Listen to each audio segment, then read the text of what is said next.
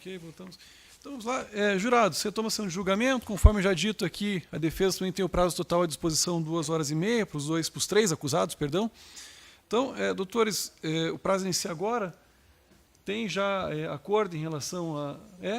Então inicia com o senhor, doutor Silvani, é isso? Tá, então o senhor tem a palavra, fique à vontade.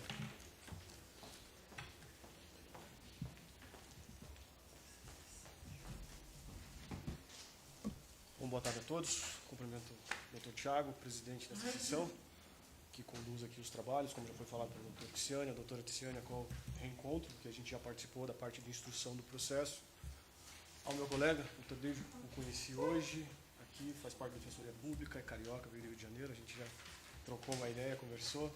Aos serventuários ali que estão nos ajudando nos trabalhos, aos policiais militares que fazem a segurança, e aos réus hoje aqui que estão sendo julgados. E não mais tarde, mas Vossas Excelências hoje, que são os juízes da causa, como já foi falado. Então, Vossas Excelências estão aqui hoje na qualidade de juiz, né? Já que o Dr. Tiago não decide, sim, vocês que irão decidir, de acordo com tudo aquilo que está sendo mostrado a Vossas Excelências.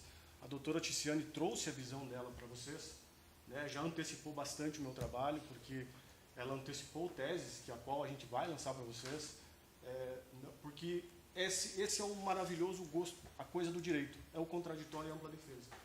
A doutora Tiziane trouxe a vocês o que ela acha, a visão dela do processo.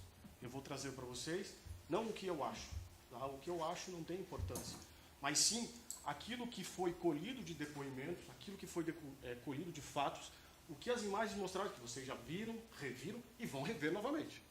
Tá? Eu vou mostrar para vocês novamente porque é importante, tá? Porque assim, a mesma visão que ela tem da imagem, que ela trouxe, ele não abaixou para pegar a faca. Calma, eu tenho uma visão diferente.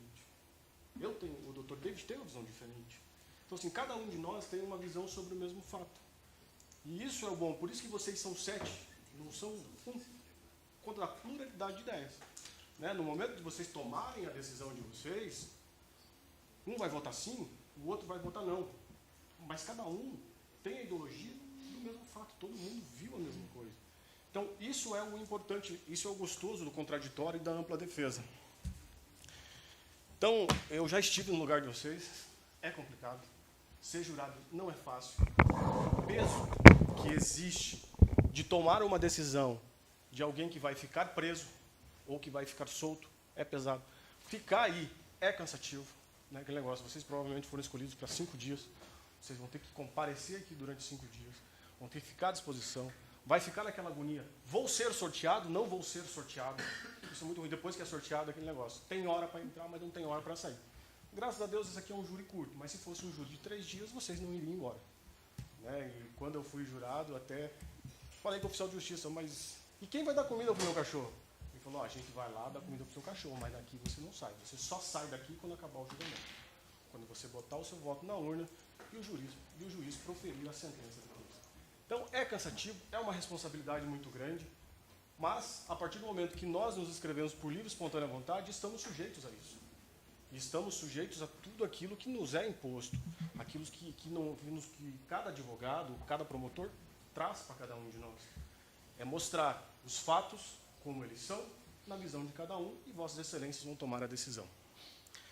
Então, assim, a doutora Tiziane trouxe diversos fatos, e digo que, novamente, que ela facilitou o meu trabalho, porque ela explicou muitas coisas para vocês, a qual eu iria explicar, então não pretendo falar a minha 1h15, a qual eu tenho, a 1h15 que eu tenho direito, o doutor Diego tem mais de 1h15. Pretendo ser mais curto, não sei se a doutora vai para a réplica, mas não sei, talvez não, né, doutora? Talvez sim. Mas, enfim, trarei a vocês para que o júri ele seja mais objetivo. Tá? Aquele negócio, trazer para vocês um monte de jurisprudência, um monte de fatos novos, coisas novas.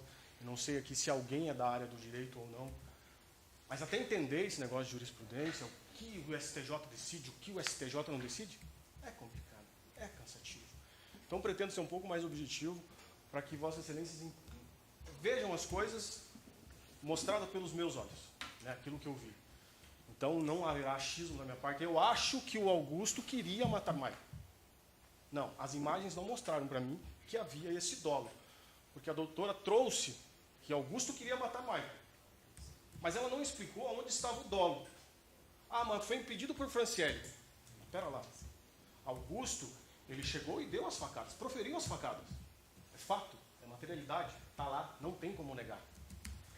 Mas assim, as facadas, ele poderia, se ele tivesse a intenção, se ele tivesse premeditado que ele iria matar, ele simplesmente chegaria e daria uma facada na jugular. Era mais fácil para ele. Porque se ele tivesse esse dolo, se ele tivesse essa intenção. Por isso que quando a gente entrar na questão da desqualificação do crime de tentativa de homicídio para legítima defesa, isso será demonstrado.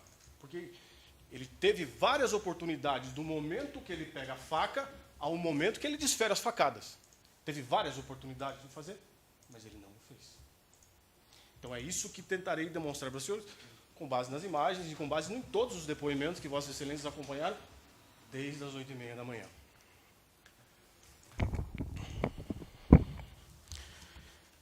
Então partimos então para a questão da tese, tá, defensiva, que é a questão da desclassificação do delito, né? Então assim, a doutora explicou a questão da tentativa de homicídio, tá? Como funciona, como não é, a questão do artigo 14, explicou tudo isso para vocês.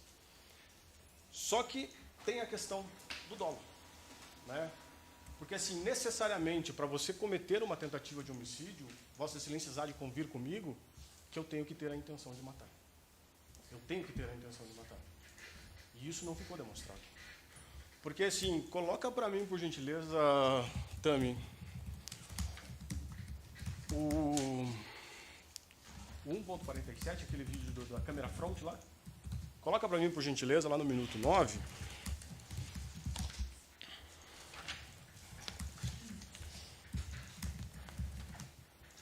Nove h 50, por favor. Vamos direto já no ponto.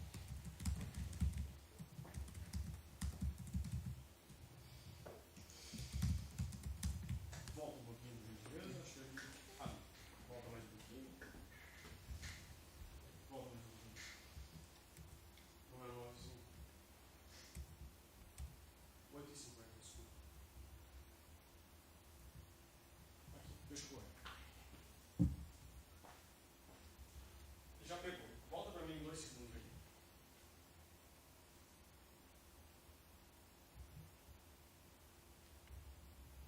Não, não é essa parte.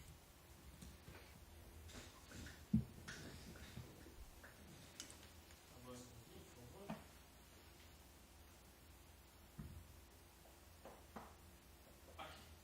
Tá. Você consegue colocar em câmera lenta?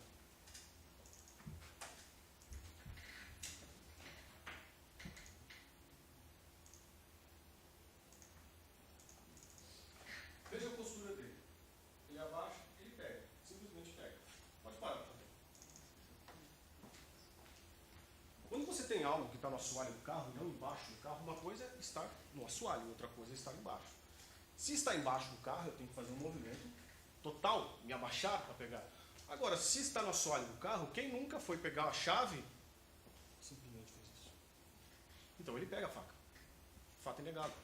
E ele fica com a faca. Coloca para mim o jet oil, por gentileza. Lá no 28.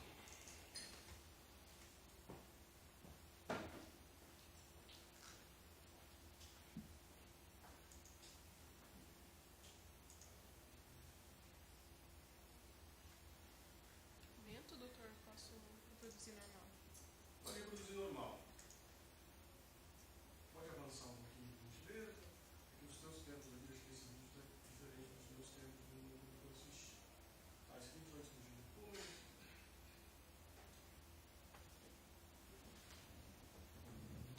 Avança, por gentileza. Avança mais um pouquinho. Pode avançar. São momentos que fizeram a ré, saíram do carro, tá aqui.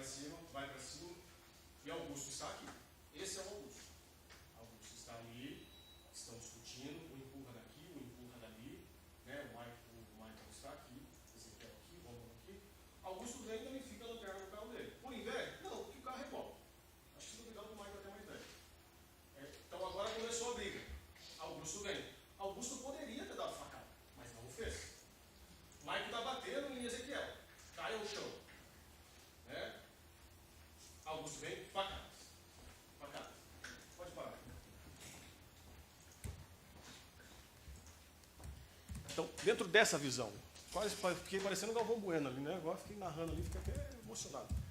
Então, assim, ele fez, ele foi, Maico intimidou. Então, assim, dentro do começo da conversa, que virou discussão do Augusto se armar para se proteger, conforme o Augusto falou, se eu entrar dentro do meu carro, vocês vão ver o que vai acontecer. Ele, 1,70 m, mais ou menos, 65 quilos.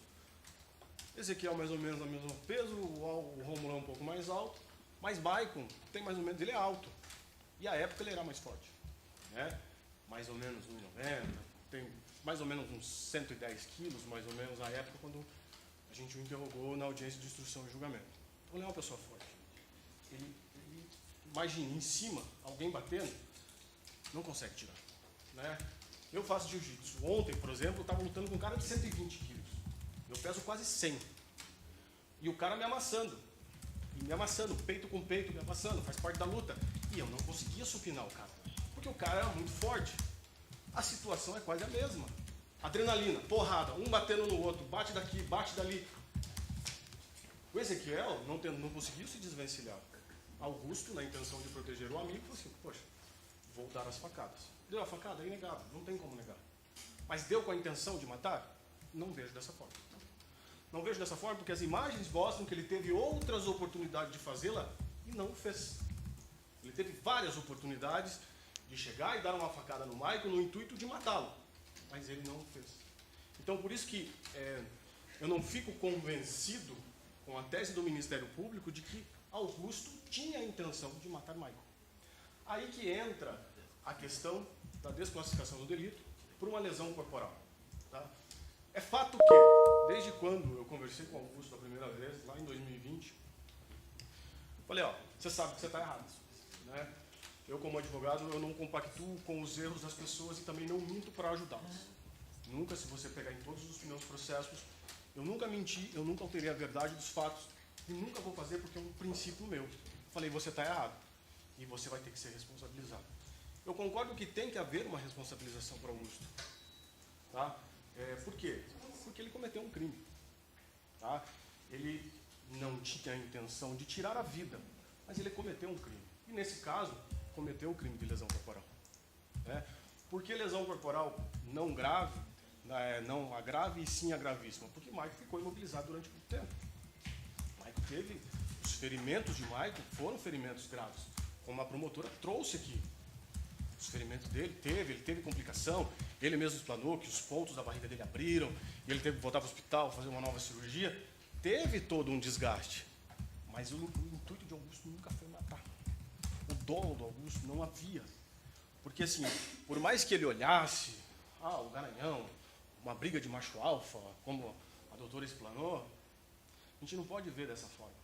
Porque assim, a gente não pode se basear no achismo, porque eu não estou dentro da cabeça dele. E não estou dentro da cabeça de ninguém. A gente não tem o poder de onisciência, a gente não consegue saber o que o outro está pensando ou deixa de pensar. Então, essa questão de... Porque Augusto estava com inveja de Maico. A gente não sabe, a gente não estava lá. Nós não somos o Augusto. E ninguém nunca vai saber. Porque o carro do Maico... Mas Augusto também tem carro. O carro é dele. E não foi dado pela mãe dele.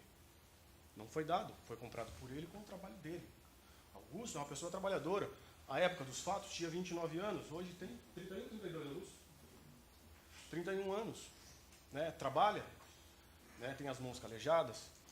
Se ele fosse uma pessoa ruim, se ele tivesse uma índole ruim, ele com 29 anos, o doutor está ali, já divulgou para outros casos, outros processos da Defensoria Pública, cai muito. Ele já teria um oráculo, uma ficha criminal gigantesca. Se ele fosse aquele vagabundo que foi pintado. Mas ele não é. Ele não é, e assim, posso botar minha mão no fogo? Não, não posso, porque eu não coloco nem por ninguém. Mas é assim, a gente vê, pelo tempo que eu convivi com a mãe dele, conversava com a mãe dele o tempo todo. A mãe dele, uma senhora extremamente devota, católica, me ligava, doutor, pelo amor de Deus. Porque o Augusto ficou 30 dias preso, de forma preventiva. Numa prisão discutível, foi feito o recurso, mas a hora que acabou, antes de ser julgado o recurso, ele foi solto pelo cumprimento do prazo de 30 dias que ele ficou, que ele ficou preso. Então, assim, ficou preso, ele passou pelo cárcere. Perguntei para ele, e aí, Augusto? Nunca mais quero voltar para lá. Por quê? Porque é ruim. Não é legal. É aquele negócio, né? Deixa um cachorro preso. Nem um cachorro gosta de ficar preso numa casinha, numa jaula. Nem um animal gosta de ficar preso. Imagine o ser humano que é racional e pensa naquilo, pensa em projetar um futuro, pensa em projetar uma vida. Ninguém quer isso para si. Foi um erro? Foi. Ele está arrependido? O arrependimento veio logo depois do fato. A doutora trouxe os áudios aqui, eu não vou pedir para reproduzir novamente, mas assim, trouxe os áudios e eu não vi na voz, eu não ouvi, e eu não consegui identificar na voz dele que ele estava alegre com aquilo que ele cometeu. Muito pelo contrário, ele fala que ele estava arrependido, que ele estava arrependido que a vida dele tinha acabado. Porque ele sabe que o fim, se o Michael tivesse morrido, ele ia responder de 12 a 30 anos de prisão. Ia responder. Mas assim, ele sabe do como é tudo noticiado, é tudo... E assim, as imagens de Augusto foram para a televisão, a delegada fez o sensacionalismo, de que ele estava foragido, estava aquilo, mas sendo que ele nem tinha sido intimado com relação ao inquérito que estava acontecendo. Ele nem sabia, nunca foi uma intimação para ele. O que foi para ele foi uma viatura com mandado de busca, apreensão e prisão. Ele ficou sabendo, assim que ele ficou sabendo, que existia um processo contra ele, e depois disso ele ficou 30 dias preso de forma preventiva.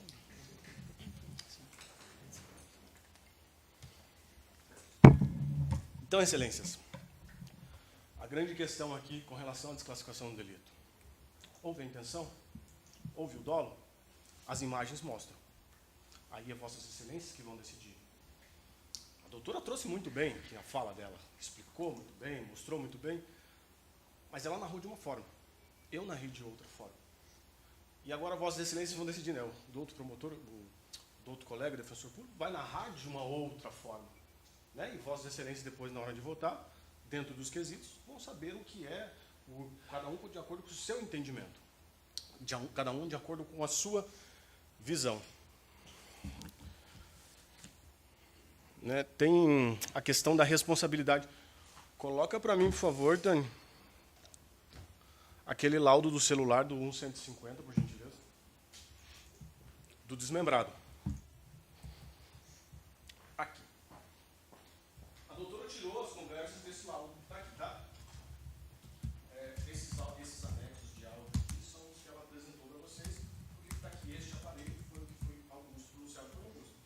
Então aqui ele conversa com o Gabriel, tá? E aqui ele está conversando com o Gabriel e fala, fudeu, irmão, estamos aqui com vocês,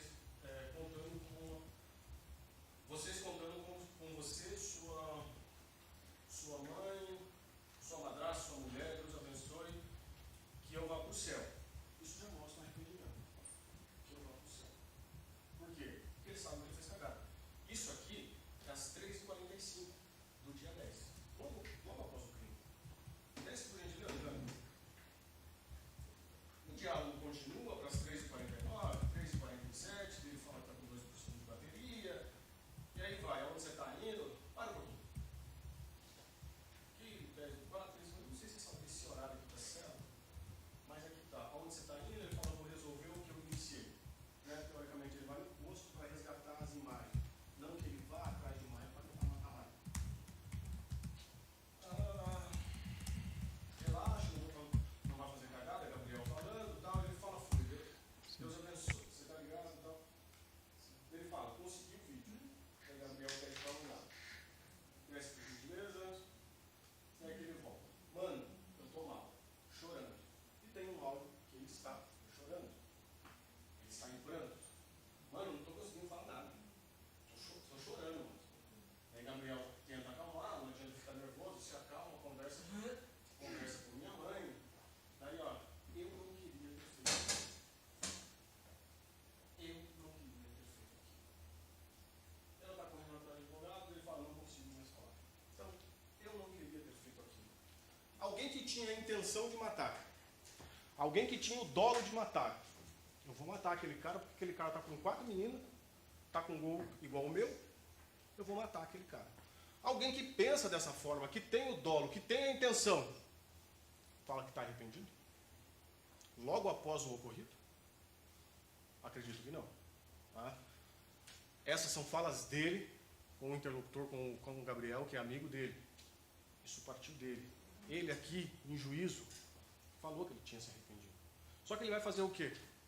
Ele vai voltar no tempo e vai falar, Maico, desculpa aí, vamos colar, vamos devolver teu sangue? Não tem como.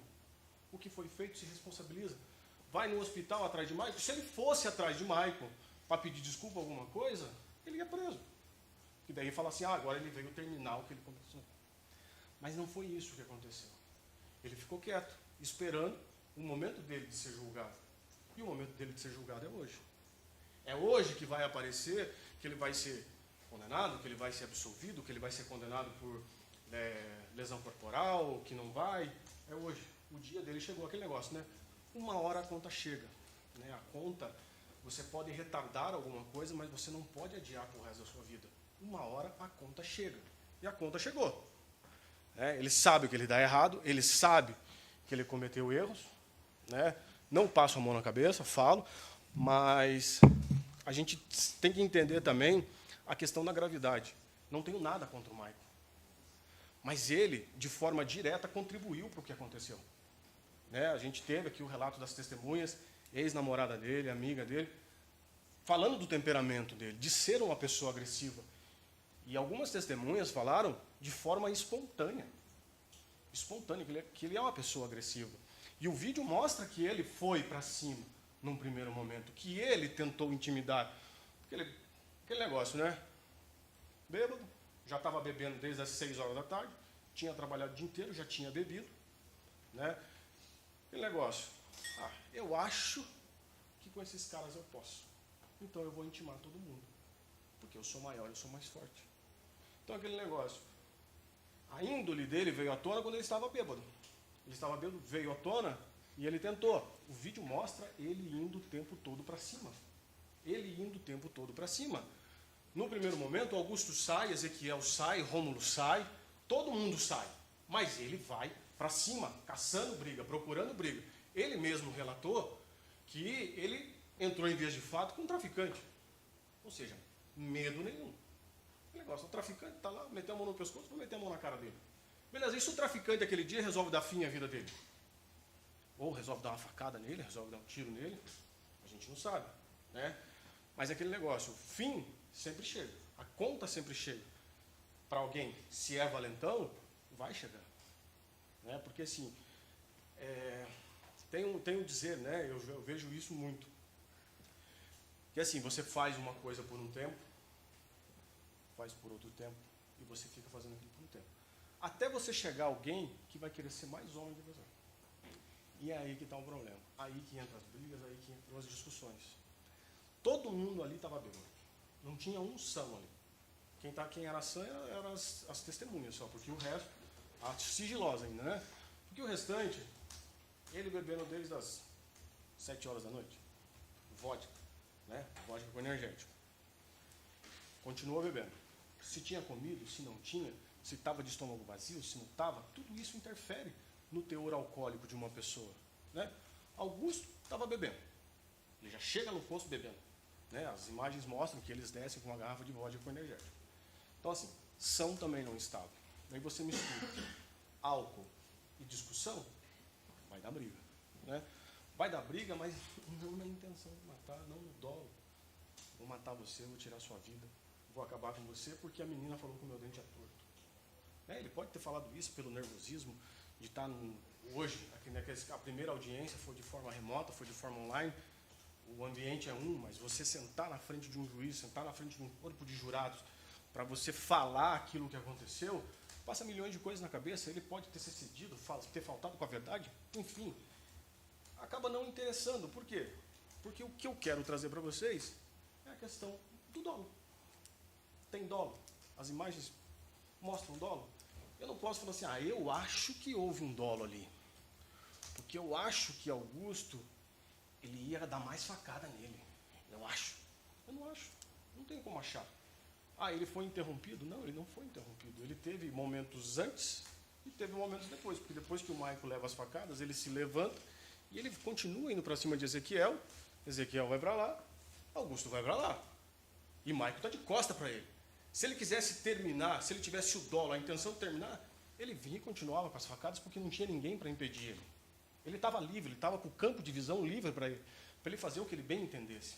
Mas ele fez? Não, não fez. Ele se arrependeu? Sim, se arrependeu. Diferentemente do que a promotora falou, que eu não vi arrependimento por parte dele. Aqui não teve, mas lá teve. Horas depois, ele estava arrependido. Os áudios trouxeram isso, que ele estava arrependido, que ele estava chorando. Por quê? Se ele fosse um vagabundo, se ele fosse um safado, ele não teria se arrependido. Ele teria mandado um áudio para um amigo dele e falou bem assim: ei, mano, você não sabe o que aconteceu ontem? Eu quase matei um cara, velho, foi da hora. Ia levar ele, ia passar o cara. Se ele tivesse essa intenção, se ele fosse essa pessoa a qual foi pintada, ele faria dessa forma. Se ele tivesse uma índole de bandido, ele faria dessa forma. Porque é assim que os caras fazem. Né? Já escutei vários áudios, várias conversas, tentativa de homicídio. Mano, vou passar o cara. O Sérgio Moro não iam querer matar o Sérgio Moro? Saiu no jornal, saiu as degravações, saiu os escutas. Não queriam matar o juiz? Porque o juiz estava interferindo no tráfico. Aquilo lá é dolo, aquilo lá é intenção. Não o que ele fez. Então, ele deve ser apenado por alguma coisa para que não saia impune, para que ele não saia simplesmente com a ficha limpa, como se nada tivesse acontecendo, como a promotora trouxe a vocês? Sim, ele deve ser penalizado, e eu concordo com essa penalização. Mas não concordo que seja por uma tentativa de homicídio, né, que ele pode pegar ali de 9, 10 anos, dependendo de como for a dosimetria da pena, por um crime que ele não tinha intenção de matar. Então, se ele for responsabilizado, que ele seja responsabilizado realmente pelo crime que ele cometeu, que é uma lesão corporal, que vai de 2 a 8 anos de reclusão. Né? Isso não foi falado, mas o crime de lesão corporal gravíssimo vai de 2 a 8 anos. E ele deve ser responsabilizado por alguma coisa. 28, estou quase acabando já, gente.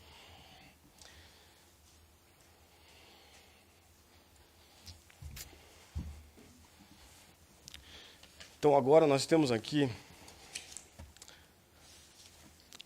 a questão da legítima defesa. Como a doutora trouxe, né, legítima defesa.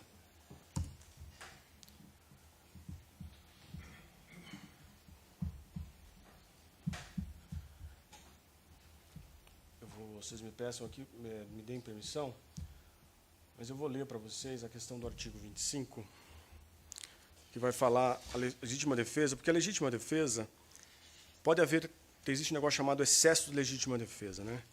O que não foi falado. Porque diante de um contexto, de um crime, quando você vê um terceiro sendo agredido, que foi o que aconteceu? Quando Ezequiel estava sendo agredido por Maico, foi aí que Augusto partiu para agredi-lo. Até então, Augusto não tinha proferido as facadas. O artigo 25 fala assim, ó, entende-se em legítima defesa quem, usando moderadamente dos meios necessários, repele injusta agressão, atual ou iminente, a direito seu ou a de outrem. Então, assim, Michael, 1,90 m, 110 kg. Augusto, 1,70 m, 65 kg. Todo mundo bêbado, brigando, dentro de uma posição. Maiquinho, vem aqui, vou tirar você daqui. Não vai tirar nunca. Não vai tirar nunca. Ele não tem força suficiente para tirar um cara de 110 kg de cima de outro. No momento da raiva, bêbado, não tem. Eu desafio qualquer um a tirar. Não vai conseguir tirar. Fez errado de pegar a faca e dar as facadas? Fez errado. Mas na cabeça dele, provavelmente, não sei o que aconteceu, foi a única forma que ele tinha de cessar a agressão. Tanto que a agressão foi cessada. Ele deu as facadas, logo depois a agressão cessa, mas todo ensanguentado continua querendo brigar com Augusto, né? O que, graças a Deus, não conseguiu. Porque se assim eu fizesse, né, não estaríamos aqui hoje. Quer dizer, ou estaríamos por um crime muito maior, por um homicídio, talvez. Se ele tivesse o dolo, se ele tivesse a intenção de matar, estaríamos por um homicídio. Mas daí, se eu fosse advogado dele, falar, cara, confessa, e tudo isso vai ser mais atenuado, você não vai precisar passar por um desgaste grande. Então, essa é a questão da legítima defesa. Porque a legítima defesa ela pode ser usada em várias circunstâncias, em vários meios. Não só numa questão de estupro. Ah, o cara está estuprando, eu vou lá e dá uma... Policial militar tem muita questão de legítima defesa. Por exemplo, policial militar, em horário de trabalho, você viu? A pessoa vem para cima dele, legítima defesa, saca a arma e atira. Ah, mas eu não sei se ele estava armado. Tá, então eu vou esperar ele vir para perguntar para ele, para eu conseguir atirar nele. Então a legítima defesa, ela é usada em vários cenários, em várias coisas. Né? A doutora trouxe a questão do estupro, né? Para tentar comovê-los, para tentar falar, ó, veja só a situação do pai vendo as filhas sendo estupradas. Beleza, é uma situação. Só que tem a situação do policial, só que tem a situação de que você é agredido e você bate numa pessoa, a pessoa cai, bate a cabeça no meio-fio. Até então estava legítima defesa. A pessoa invade sua casa, você pega a pessoa dentro da sua casa, você dá um soco nela, ela bate a cabeça na parede e morre. Legítima defesa, estou defendendo meu patrimônio.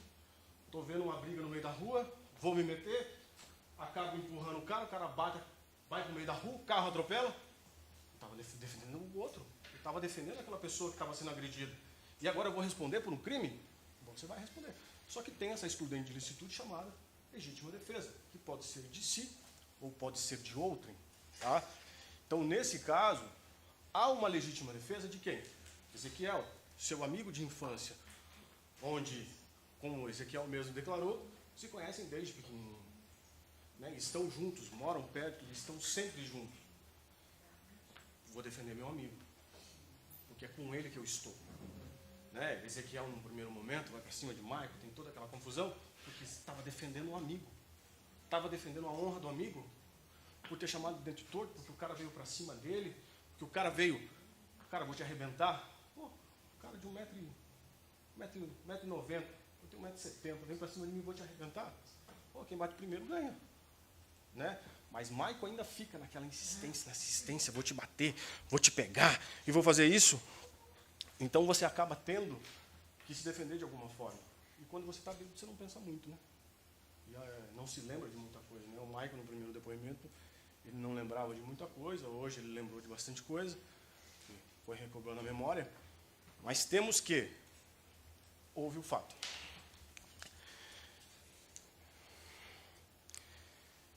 Então, assim, eu já tenho 33 minutos. Não pretendo cansá-los muito mais.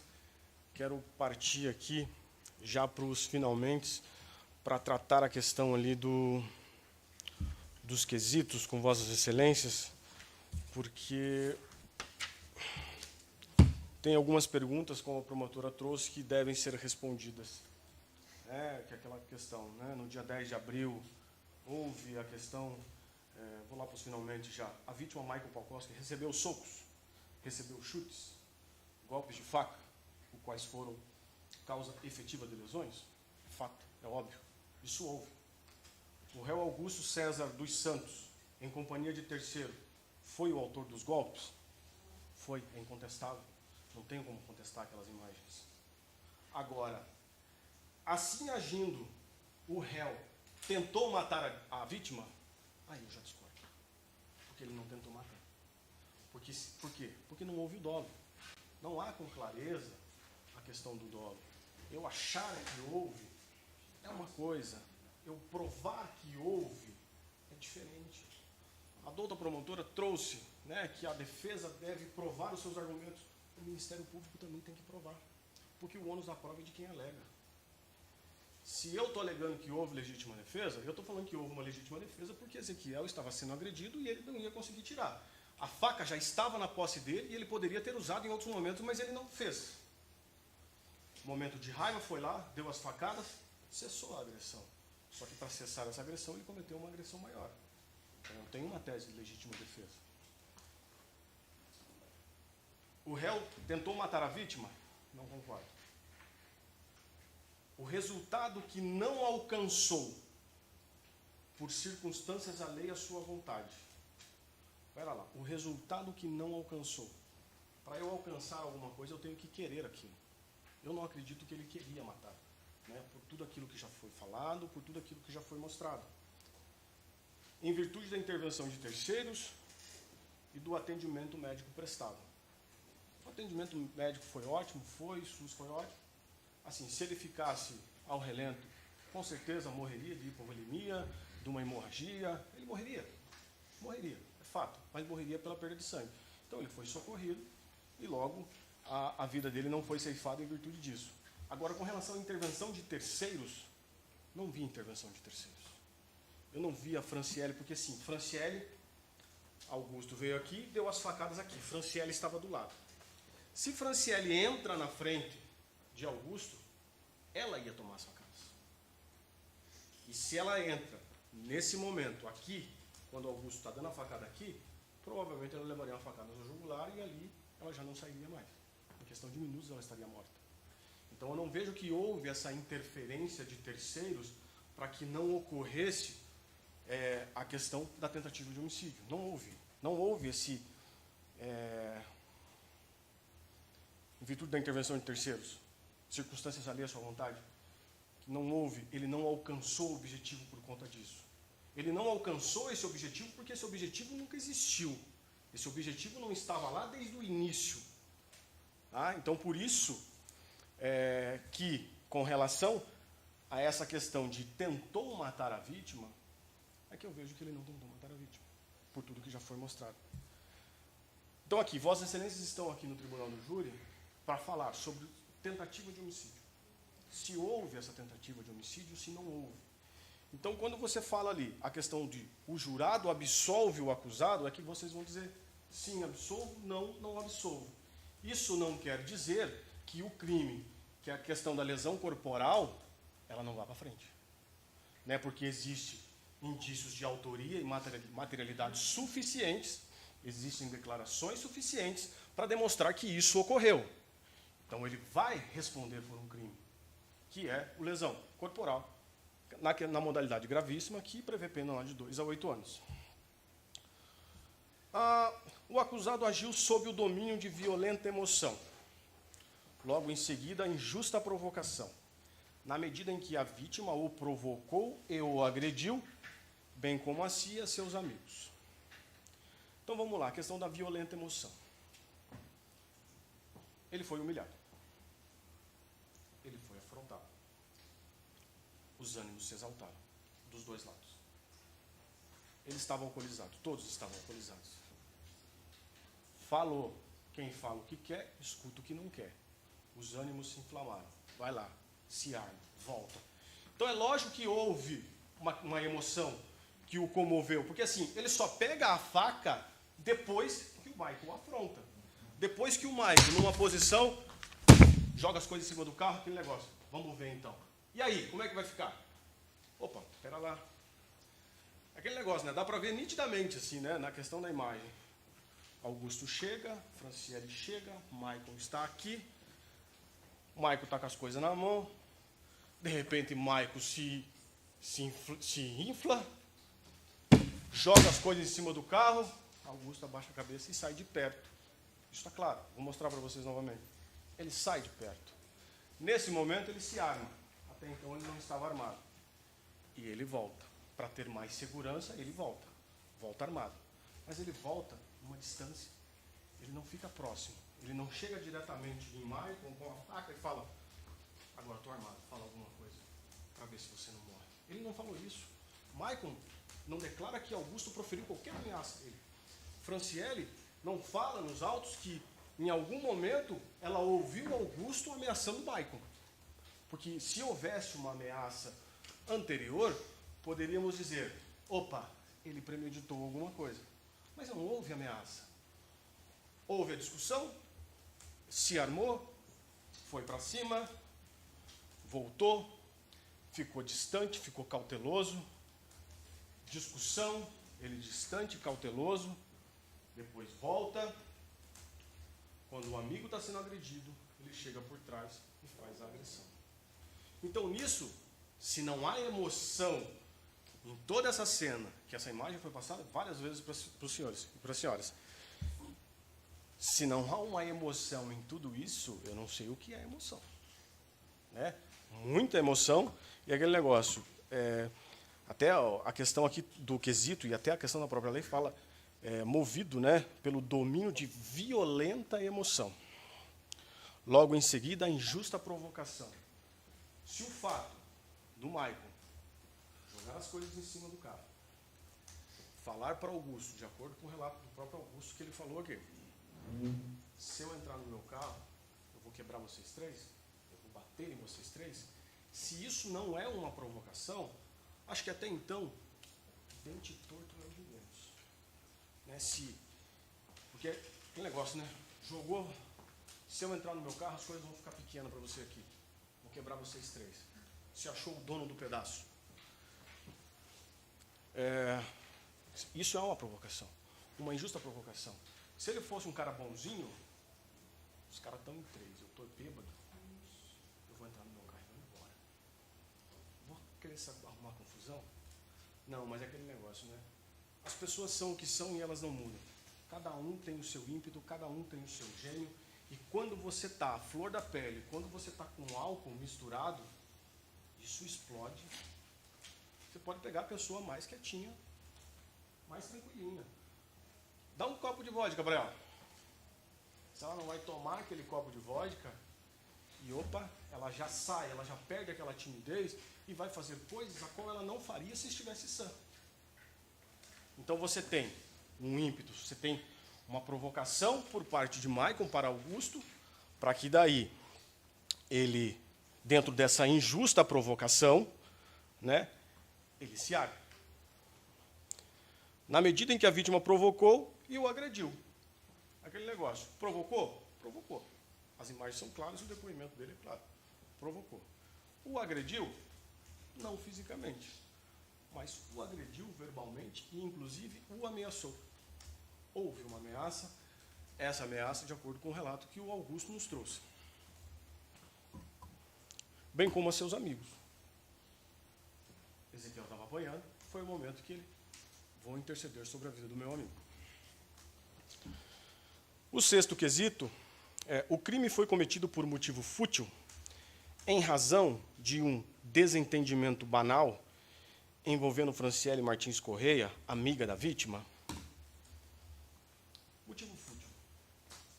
Eu vou matar aquele cara, aquele negócio, né? Você tem que voltar a tudo que eu já falei, a questão do dólar. Pô, motivo fútil. Acho que eu vou matar aquele cara ali porque ele mexeu com a minha. A namorada dele, pegou e falou do meu dente todo. Premeditou, tem o dó. Então não vejo que há esse motivo fútil. Que não há essa questão do Augusto ter brigado com Maicon e ter desferido as facadas contra ele pela questão da Franciele. Isso pode ter sido ali. O gatilho maior, se a gente for entrar nessa questão, é a questão que tudo começou, até então estava todo mundo de boa. Quando o Augusto colocou o carro atrás e o Maicon foi pedir para ele tirar, pediu uma, pediu duas, pediu três, foi ali que os ânimos se inflamaram. Né? Maicon fala, chutaram meu carro. As imagens não mostram em nenhum momento o carro do Maicon sendo chutado. Né? Não haveria motivo para tudo isso, para tudo aquilo que aconteceu. Tem motivo? Não tem. É aquele negócio. Eu, no lugar de alguém ali, o que eu faria? Meu amigo, vou embora. Vou embora aqui, eu vou entrar no meu carro, vou dar uma ré aí. Pode me xingar, pode fazer o que eu quiser. Vou entrar em vias de fato com alguém. Não vou. Mas isso é o meu, cara. Mas você faz luta, você poderia entrar. Poderia. Mas faria é diferente. Uma coisa é você fazer uma atividade porque você gosta, outra coisa é você fazer uma atividade para sair brigando lá. É outra coisa totalmente diferente. Né? Por exemplo, nesse caso, o Maicon enfrentou o Augusto e levou as facadas. Tem sujeito que enfrenta o outro e leva um tiro. Então, aquele negócio, a minha vida é aquele negócio, né? Mais vale um covarde vivo do que um valentão morto. Então, a minha índole seria essa. Pô, eu vou entrar no carro, vou embora. Estou bêbado ainda. Né? Eu, quando estou bêbado, fico mais amigo de todo mundo, ainda fica pior.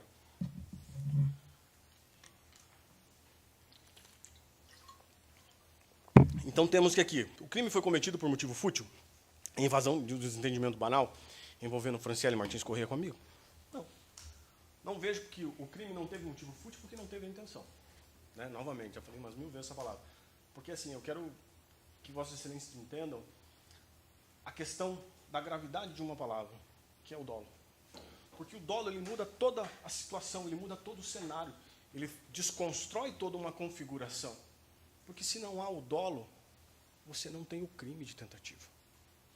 Se agora sim, se tivesse comprovado o dolo, o discurso seria outro, né? Provavelmente não estaria nem falando disso para vocês, porque não vejo que há essa necessidade de lutar contra um fato que é incontestável, né? Mas o que eu não vejo no presente caso. Então temos aqui já nas considerações finais, dentro de tudo aquilo que foi colocado, temos lá a imputação de um crime de tentativa de homicídio, qual eu peço para Vossa Excelência a questão da desqualificação, para um crime de lesão corporal. A questão que nós temos do 121, né, que é a questão da atenuante, né, se o agente comete o crime impelido por motivo relevante valor social, moral, ou sob o domínio de violenta emoção, logo em seguida a injusta provocação da vítima, o juiz pode reduzir a pena de 1/6 a 1/3. Ele pode, não que ele deve. Tá? A lei fala em poder. Então, essa questão. Então, nós temos a questão da atenuante para diminuição de pena, caso condenado por uma tentativa de homicídio que nunca existiu. Nós temos o parágrafo 1º do artigo 121 que nos traz essa questão. Impelido por motivo relevante de valor social e moral. Sob o domínio de violenta emoção. Logo em seguida, de uma injusta provocação. Que é a questão do quesito que eu trouxe para vocês, que é a questão do quesito terceiro. Tentou matar a vítima, que é a questão do quesito 5. Tá? Que depois, quando vocês forem para a sala secreta, vocês irão proferir o voto de vocês com a cédula de sim e de não, que ninguém vai saber esse voto. Os quesitos serão lidos e vocês responderão sim ou não. Quesito 2, daí o juiz abre, vê. Quesito 2, sim ou não, sim ou não. Então, nunca ninguém vai ficar sabendo o que foi votado, nunca ninguém vai ficar sabendo o que vocês pensaram, né, o entendimento que cada um teve, né, nenhum advogado, promotor, o que você votou? Não, o voto é secreto, ninguém vai querer saber o que vocês votaram, tá? Diante do resultado final, seja ele positivo para o Augusto, ou seja ele negativo. Tá? Seja ele positivo para tentativa de homicídio, ou seja negativo para tentativa de homicídio.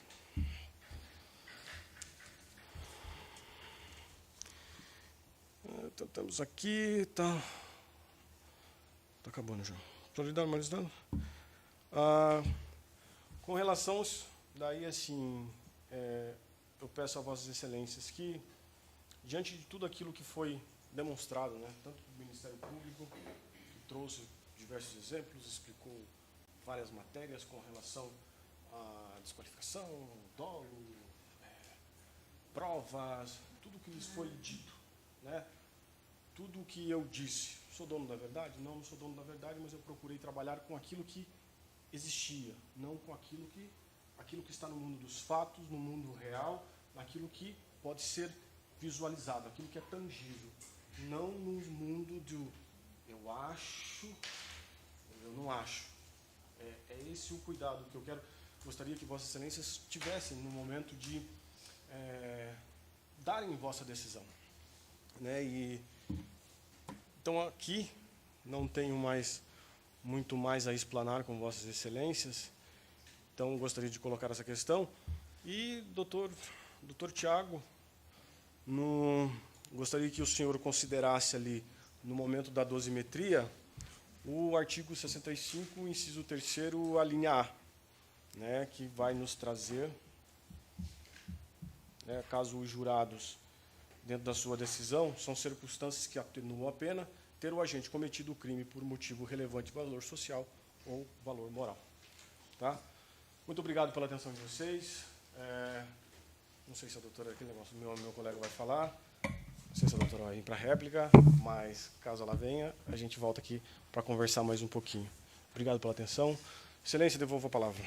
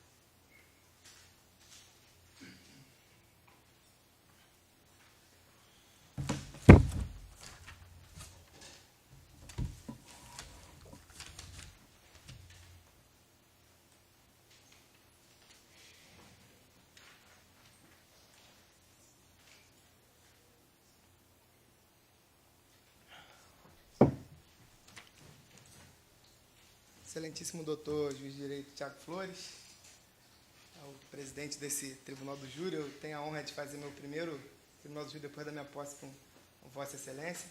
Já fizemos um no meu curso de formação, mas eu não participei dos debates, fiquei só na parte de instrução, mas o pouco contato que tive com Vossa Excelência já foi o bastante para eu perceber que se trata de um magistrado muito técnico, muito justo, muito razoável, muito imparcial. Por isso é um prazer trabalhar com Vossa Excelência aqui no Tribunal do Júri da Primeira Vara. Doutora Ticiane, promotora de justiça brilhante, já deu para perceber, pouco tempo ouvindo a doutora falar. Terça-feira passada estávamos juntos, em que eu atuei na ciência da acusação, foi nessa oportunidade que eu conheci a doutora. Apesar de um contato um pouco maior do que eu tive com o doutor Tiago, dá para perceber que se trata de uma excelente representante do Ministério Público, e eu tenho prazer imenso de dividir esse plenário com a doutora. Espero que a gente trave aqui debates justos, razoáveis e respeitosos, como deve ser. Como deve ser. Muito obrigado. E a gente está vendo a equipe que assessora o doutor Tiago, a Roger, né? Alba e Tânia, né? Meus cumprimentos por tratar a Defensoria Pública com muita gentileza, muita cortesia. Muito obrigado. Meus assistidos de hoje, Rômulo e Ezequiel. Ezequiel, né? Foi erro da digitação lá no cartório? Ezequiel. Diferente. É um prazer e agradeço a honra de ter confiado na Defensoria Pública como instituição para promover a defesa dos senhores. Tenho certeza que estou absolutamente convencido da inocência dos senhores e vou fazer de tudo para que os jurados também cheguem à mesma convicção que eu. A gente vai tratar aqui das provas, vamos tratar dos institutos jurídicos que a Defensoria Pública entende que seja aplicável para os senhores, de modo que fique claro para que os jurados julguem a causa da forma mais justa possível. Obrigado pela confiança. Doutor Silvanei, né? Isso. Colega advogado que tive a honra de conhecer hoje, está dividindo a bancada de defesa comigo. É um prazer tê-lo aqui. Espero que trabalhemos junto em outros júris. Sempre muito bom contar com o doutor na defesa. Muito obrigado. Obrigado, doutor. Os presentes, hoje só temos um presente, virtualmente devemos ter milhares. Agradeço também pela participação muito importante da sociedade civil, estar presente e acompanhar os julgamentos desse Tribunal do Júri. Obrigado pela atenção também. Por último, não por ser menos importante, eu me dirijo aos juízes da causa. Vossas Excelências hoje têm o poder de decidir. Hoje o poder não está com o juiz togado. Apenas caberá a ele fixar a pena, caso seja hipótese de condenação. Quem decide hoje mesmo são Vossas Excelências. Então, por isso, eu quero, em nome da Defensoria Pública, agradecer o trabalho dos senhores e das senhoras, agradecer por terem paciência de ficar aqui o dia inteiro, por manter essa energia, essa vontade de entender o caso para julgar da forma mais justa possível. Aqui no Tribunal do Júri eu costumo dizer que é um processo penal artesanal, é um processo penal um pouco mais complexo pela própria gravidade da reprimenda penal. Aqui ninguém sai daqui com pena leve. Se o réu sai condenado daqui, invariavelmente ele sai até preso por conta, dependendo do juiz ter entendimento de que a decisão de Vossa Excelência, por ser uma decisão soberana, como diz a Constituição, ninguém sai daqui solto se Vossa Excelência entender que é culpado. Então, tamanha é a responsabilidade do papel que Vossa Excelência estão representando aqui hoje. E para ter essa responsabilidade, para se desincumbir dessa responsabilidade, o que a gente espera de Vossa Excelência é atenção, é comprometimento e é o julgamento da causa com seriedade. Isso eu tenho certeza que Vossa Excelência vão tirar de letra. Né? Pela linguagem corporal das senhoras e das senhoras, dá para ver que são pessoas que estão realmente comprometidas em julgar o caso. Então, o papel da Defensoria Pública aqui hoje nós estamos atuando em favor de dois acusados, o Rômulo e o Ezequiel. Então, o papel da defesa hoje é apresentar uma outra forma de ver os fatos. Então, eu discordo do Ministério Público em alguns pontos, quase que na integralidade, se não em totum, e por isso eu vou trazer aqui para Vossa Excelência o entendimento da Defensoria Pública. Antes de fazer isso, eu queria conversar com Vossas Excelências uma coisa que sempre me causa um certo desconforto, que é quando me perguntam: você não se incomoda de defender bandido? Muita gente entende que o papel da Defensoria Pública é defender bandido, nesses termos. Isso eu entendo que é muito por desconhecimento de como funciona o sistema de justiça. As pessoas partem sempre da premissa de que quem está ocupando o banco dos réus está ali por uma razão justificável, está ali porque fez alguma coisa. Até porque o Ministério Público não ganha nada para acusar alguém. O salário da representante do Ministério Público é idêntico, independentemente de ela conseguir condenação, absolvição. O juiz é outro ator que é imparcial. Então, de fato, a priori, faz sentido pressupor que ninguém está sentado no banco dos réus à toa. Então, o pessoal já ocupa o banco dos réus com uma espécie de presunção de culpa. Isso decorre da credibilidade, isso decorre de uma cultura de entender que o Ministério Público e o Poder Judiciário, quando coloca alguém no banco dos réus, já está fazendo isso porque aquela pessoa fez alguma coisa de errado. Acontece que, na prática, não é o que a gente verifica. Então, não é incomum pessoas saírem daqui absolvidas, um percentual alto até, cerca de 40% das pessoas, em média nacional, são absolvidas no julgamento perante os tribunais de júri. Como é? Não é esse dado, não? Não, estou falando em nível nacional. Assim, o percentual é estadual por volta de quanto, doutor? Só para... Aqui em Curitiba, doutor. Tem aqui. Sim, pode falar. Aqui na primeira vara a gente tem um percentual, o último percentual que foi atualizado foi de 87, alguma coisa de condenação. Tem estatística, nem sabia, depois eu vou procurar. Eu já mandei até para o projeto. Bacana. Enfim, tem muita gente que sai absolvida. Aí por que o pessoal sai absolvido? Porque o Ministério Público fez acusação leviana? Porque...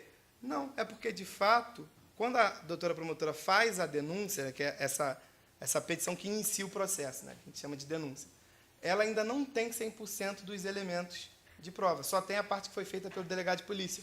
Então, quando chega em audiência, a gente escuta testemunha, aí, às vezes junta-se laudo pericial, exemplo do laudo de lesão corporal, laudo de exame do aparelho telefônico. Isso vai mudando a opinião do promotor. Às vezes, o próprio Ministério Público pede absolvição.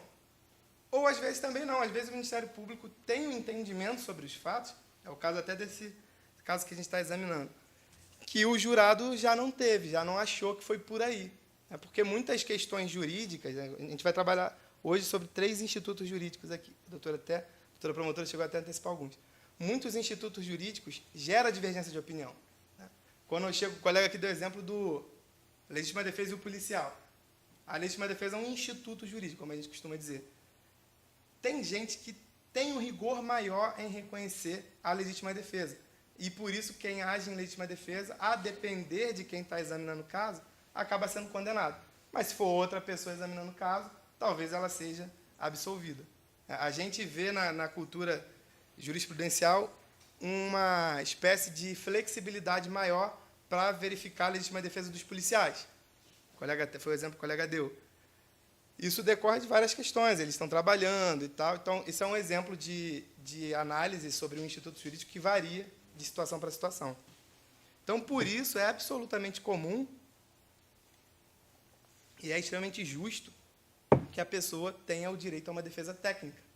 A defesa técnica não é defender bandido, é justamente trazer para Vossa Excelência, que são os juízes naturais, pontos de vista sobre um determinado fato.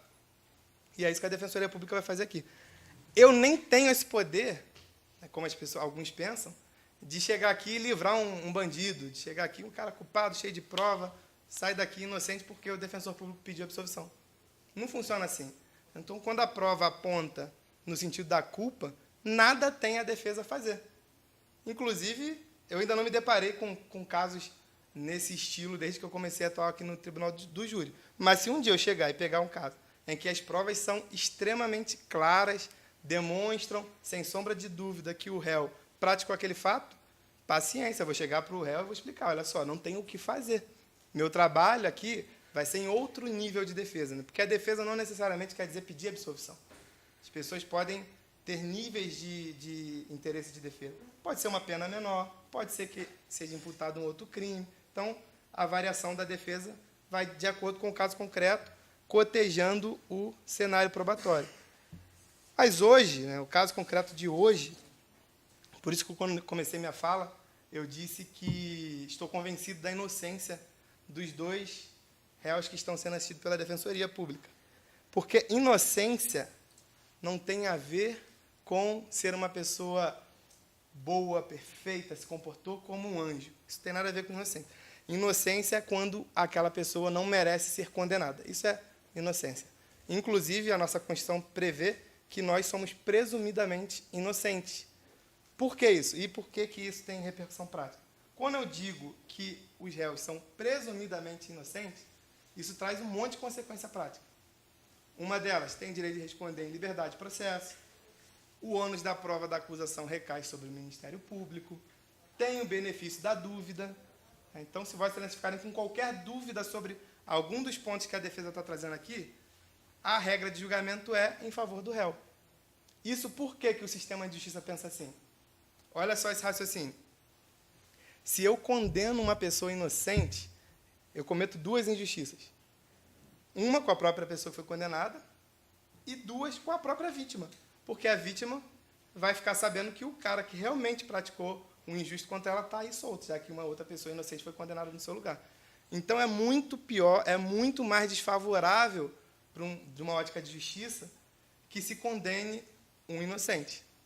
Prefere-se que se absolva um culpado do que se condenar um inocente.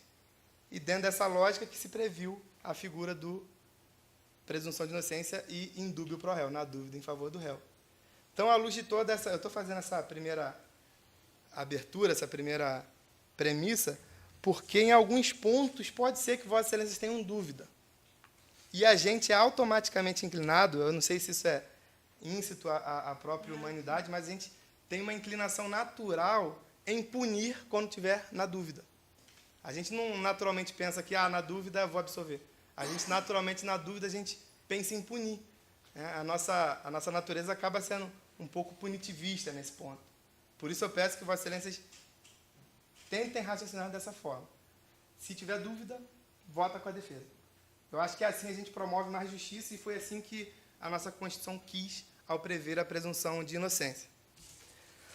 Bom, agora sobre o caso concreto especificamente, eu tenho aqui 2 acusados que está sobre a defesa da Defensoria Pública e eu quero tratar deles de forma um pouco diferente para que não confunda Vossa Excelência na hora de votar os quesitos. Os quesitos que tanto a doutora promotora estava esclarecendo quanto meu colega são elaborados por réu. Tá? Então, quando formos para a sala secreta, Vossa Excelência vão votar uma série de quesitos, cerca de 5 quesitos ou 6, se não me engano, em relação ao réu, o réu Augusto. Depois, mesma coisa em relação ao réu Ezequiel. E depois, em relação ao réu Rômulo. Em relação, eu vou começar, para tentar ser mais didático, em relação ao réu Ezequiel. O que a defesa está sustentando em relação ao réu Ezequiel? Primeira tese. Peço para que Vossa Excelência acompanhem comigo aí nesse papel que eu dei para vocês. Tem aí, sobre legítima defesa. Esse é o artigo do Código Penal, que é a lei que regula os crimes, os principais crimes estão nesse conjunto de lei. Código Penal, Código de normas. O Código Penal prevê a figura da legítima defesa nesse primeiro tópico. O que é a legítima defesa? O colega aqui que está defendendo o Augusto esclareceu para Vossa Excelências o Instituto, explicou que é quando a gente repele uma injusta agressão e essa agressão tem que ser atual ou iminente. Então, são requisitos que o legislador coloca.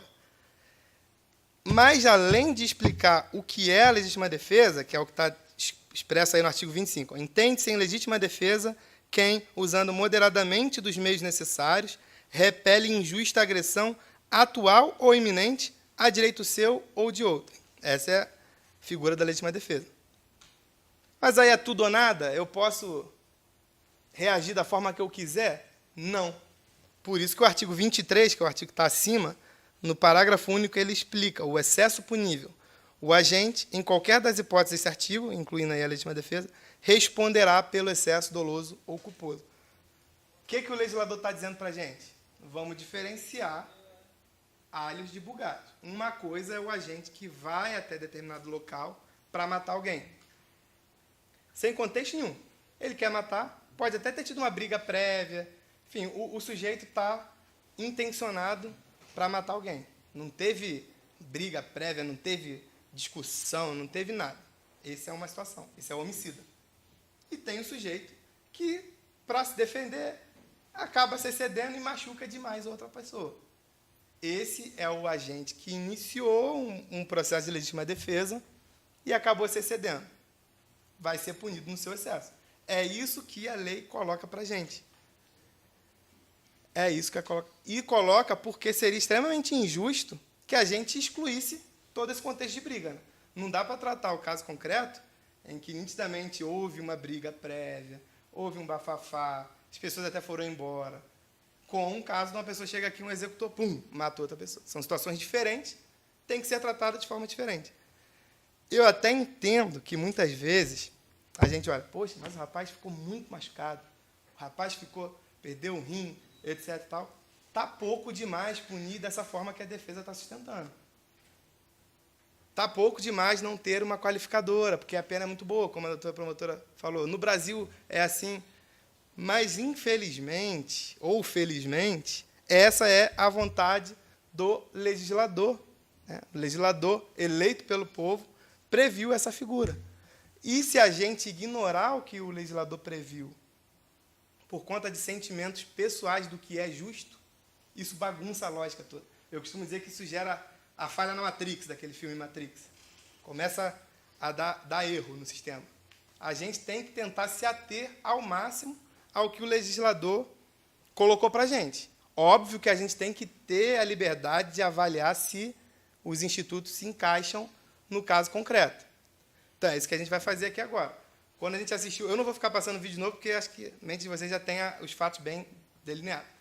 Quando a gente assistiu aqui os vídeos, a gente percebeu que houve provocação mútua, não dá para ficar muito claro quem inicia a provocação, isso até agora eu tenho dúvidas, e aí eu, como eu falei antes, na dúvida vamos sempre tentar entender em favor do réu. Então está meio duvidoso qual foi a motivação, quem falou primeiro o quê, se xingaram, se não xingaram, a Fran não lembra como é que foi, a vítima também não, a Vanessa já estava longe, o réu chega aqui e fala que, na verdade, chutaram o carro dele, aí isso daí o juiz percebeu que não era uma situação que correspondia com a realidade, mas o outro réu disse que ele desceu em tom agressivo. Está duvidoso como que quem provocou quem primeiro. Mas é fato, porque está no vídeo, que o Maicon foi quem veio na direção do Augusto para dar um soco. Não, para o Ron, para dar um soco. Ele se esquivou, isso apareceu no vídeo.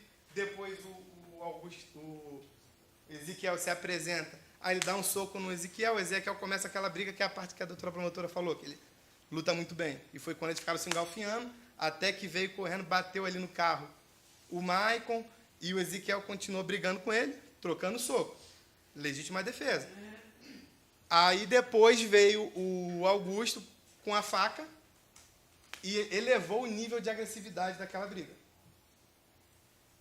Mas vejam, vamos fazer um recorte aqui histórico, um recorte temporal, até o momento em que o Ezequiel estava brigando com a vítima. A gente tem ali uma briga de rua. Tem nada a ver com homicídio aquilo ali. Aquilo é uma briga de rua. Quem provocou quem, não está muito claro. Tentei examinar e tentei trazer essa prova. Quando eu estava perguntando sobre o perfil do Maicon, porque a Vanessa relatou aqui, a gente queria ir embora porque a gente já estava sabendo ia percebendo que ia dar briga, porque viu o rapaz com som, que isso provavelmente ia ser motivo para o Maicon brigar com eles. Então, assim, que havia uma conflituosidade ali com participação do Maicon é inequívoco. Agora a questão é como que foi o início da briga. Quem começou? Quem provocou a tal da injusta agressão para justificar a legítima defesa exercida pelo Ezequiel? O vídeo mostra para a gente claramente que foi o Maicon. E aí ele deu socos, estava trocando socos, até que chega o momento o Augusto e entra com a faca. Esse é um ponto, isso é o que a nossa defesa sustenta a legítima defesa. Sendo acolhida a tese de legítima defesa, a gente já vai parar por aí a requisitação. A gente não vai prosseguir. Acabou o processo aqui. Ele não tentou praticar um homicídio, ele agiu em legítima defesa. Mas, além da legítima defesa, que é nítida aqui, ninguém foi ali com o intuito de executar ninguém, ninguém nem se conhecia, inclusive, não tem motivação para imaginar que eles foram ali para executar. Além dessa questão da legítima defesa, tem uma segunda tese, um segundo instituto jurídico que a Defensoria Pública requer seja aplicado, que é a figura da cooperação dolosamente distinta. O nome é esquisito, o nome é bonitinho, mas é bem prático de entender. A doutora promotora até chegou a adiantar um pouco. Qual que é a ideia da cooperação dolosamente distinta? É o inverso do que a promotora falou quando disse que quem com porcos come, porcos anda farelo come. Não é bem assim no sistema do direito penal. No direito penal, a gente tem que individualizar a conduta de cada um. A gente está falando aqui de pena altíssima. O direito penal é a arma mais forte que o Estado tem contra os seus nacionais. É uma arma muito poderosa para a gente ser descuidado e, tá junto, tem que responder também. A gente precisa pormenorizar a conduta de cada um para ver o quanto ele merece de responsabilidade. E a ideia da cooperação dolosamente distinta está aí nesse segundo tópico que eu coloquei para vocês aqui no papel. É o artigo 29, parágrafo 2º, que está aí com o papel de vocês. Se algum dos concorrentes quis participar de crime menos grave, ser-lhe-á aplicada a pena deste. Ou seja, a gente precisa examinar o que ele quis, qual crime ele quis participar. No caso do Ezequiel e também do Rômulo, da conduta deles não dá para extrair uma vontade de matar. O Ezequiel literalmente só troca socos. O Rômulo nada faz. Depois eu vou tratar da defesa do Rômulo. Mas a gente tem que analisar a conduta individual dos agentes envolvidos. Não é porque eles estavam juntos que tem que responder igualmente. As pessoas são individualmente consideradas. Então, se eu estou naquele grupo e eu quero matar alguém, eu tenho que responder por querer matar alguém. Não o meu colega que está ali comigo. Ele é só meu amigo. Mas só porque ele é meu amigo, ele tem que responder pela mesma coisa que eu fiz? Isso ia ficar bem complicado. Imagina se a gente, na nossa vida cotidiana, está com uma companhia normal, ninguém tem amiguinho só anjo, só bom, não. Se ele faz uma besteira do meu lado, eu respondo junto com ele. Não é razoável pensar assim. Então, o que o legislador, pensando que ia ter esse tipo de conflito, previu? Olha, as condutas se somaram. Fulano fez isso, fulano fez aquilo, fulano cercou, deu apoio moral, intelectual, enfim. Mas o que cada um queria fazer? Um quis um crime menos grave. O exemplo que a doutora deu, o exemplo do roubo, é um outro exemplo. Eu sou motorista, quero ir roubar, e aí chega lá, o cara estupra outra pessoa, ou mata, ou tortura outra pessoa. Eu queria aquilo? Não. Aí não foi isso que a gente combinou.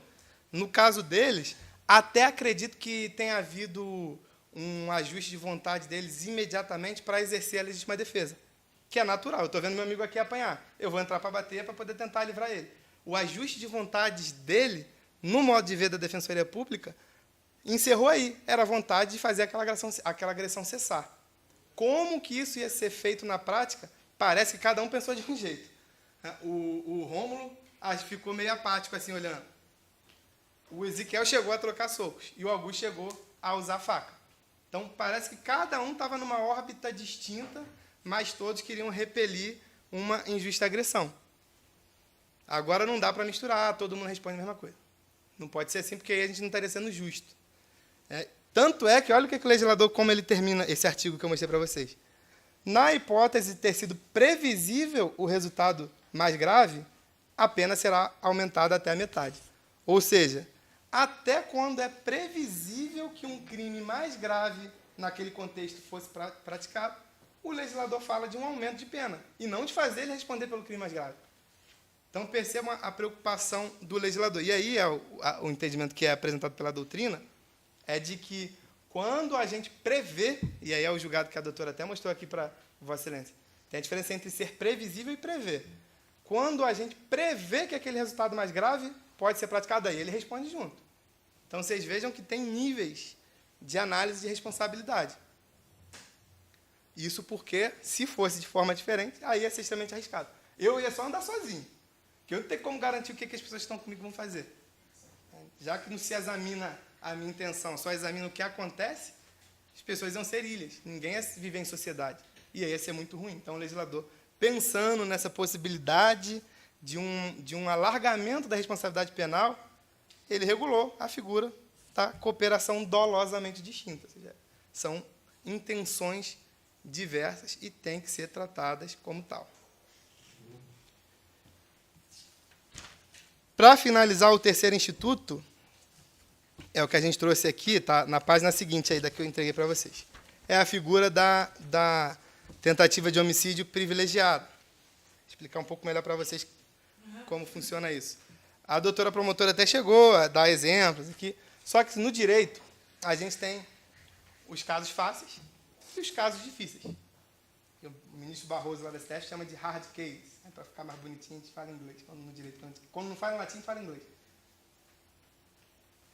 Os hard cases são aqueles em que você precisa examinar o caso numa perspectiva mais completa.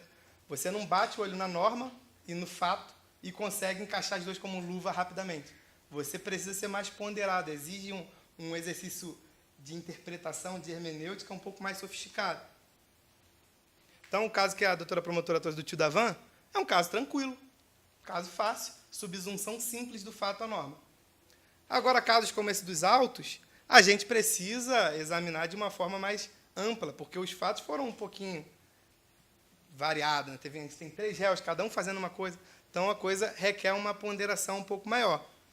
De todo modo, a gente só vai falar em privilégio da tentativa de homicídio caso as outras teses que eu estou apresentando antes não sejam acolhidas.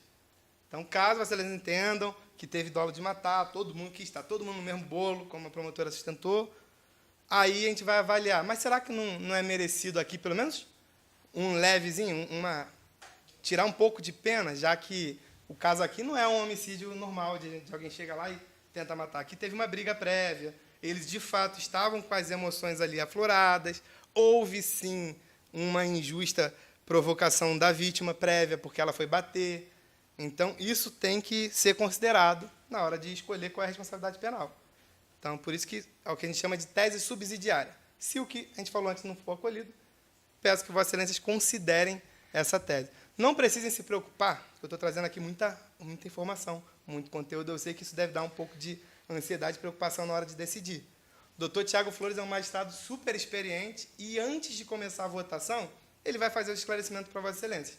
Vai dizer, olha, esse quesito é a tese da Defensoria Pública, da Defesa. Então, que eles falaram isso e vai explicar tudo para Vossas Excelências na hora de julgar. Eu, nesse momento, só preciso que consigam compreender a tese. Bom, então, essas são as 3 teses que a defesa está trabalhando. Em relação ao Rômulo, a Defensoria Pública vai além. Eu não vejo, olhando as provas aqui, as filmagens são maravilhosas porque elas espancam qualquer dúvida. Eu não vi nas filmagens o que a denúncia diz que foi feito pelo Rômulo. E isso, o nosso joguinho aqui de acusação e defesa, é bem objetivo nessa parte. Tudo que o Ministério Público sustenta na denúncia, que é a acusação, ele tem o ônus de comprovar.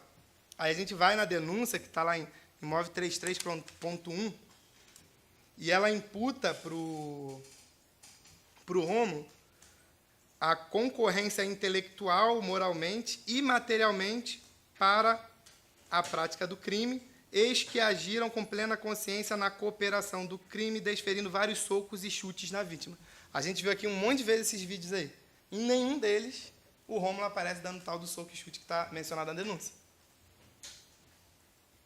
E aí, a gente, na hora de votar aqui, se a gente considerar que o Rômulo fez isso, a gente vai estar decidindo até mais do que a própria promotora colocou na denúncia. Então, a Defensoria Pública pede para que seja reconhecida a negativa de autoria. Mas aí, qual que é a tese que contrapõe a tese da defesa, que é a tese do Ministério Público? Por mais que ele não tenha dado suco, chute, sei lá, ele puxou o Ezequiel, ele estava ali como mais um, então dá uma superioridade numérica.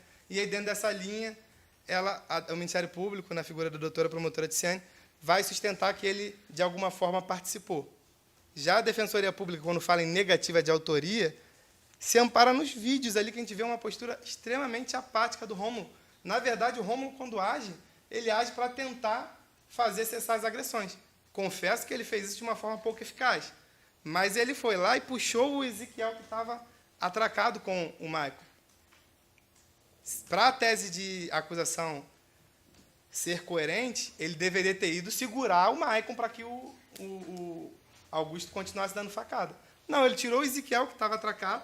Naturalmente, quando ele tirou o Ezequiel, que é um ato de separação dos contendores, ele nem tinha percebido que o Augusto estava chegando com a faca.